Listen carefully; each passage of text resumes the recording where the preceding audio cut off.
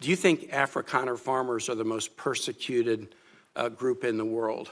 I think those 49 people that came certainly felt they were persecuted, and they've passed every sort of check mark that had to be checked off in terms of meeting the requirements for that. They live in a country where farms are taken and land is taken on a racial basis. Okay. Do you think they're more persecuted than Uyghurs or Rohingyas, or more persecuted than political dissidents in Cuba or Venezuela or Nicaragua, or more persecuted than those who would be threatened should they be returned to Afghanistan by violence by the Taliban? Well, the problem we face there is the volume problem, okay? If you look at all the persecuted people of the world, it's millions of people.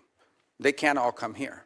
And we had refugee programs. So why prioritize Afrikaner farmers? Well, because it's a small subset, it's a new issue, and the president identified it as a problem and wanted to use it as an example. But that's different from having these refugee programs that were basically spending money to put people up in communities and accommodate them, and it was acting as a magnet. Millions of people enter this country illegally, and today the border is sealed. Let me challenge you, and I'm just going to say for the public, if you want to understand about the, quote, persecution of Afrikaner farmers, go look at the composition of the South African government. Since July of 2024, there's a government of national unity, and the opposition party to the ANC, the Afrikaner Party, the Democracy Alliance, is part of the governing coalition. And the leader of that party was given the remit of agriculture minister. I assert that this claim that there's persecution of Afrikaner farmers is completely specious. Are you aware ever during the apartheid era in South Africa, did the United States establish a special program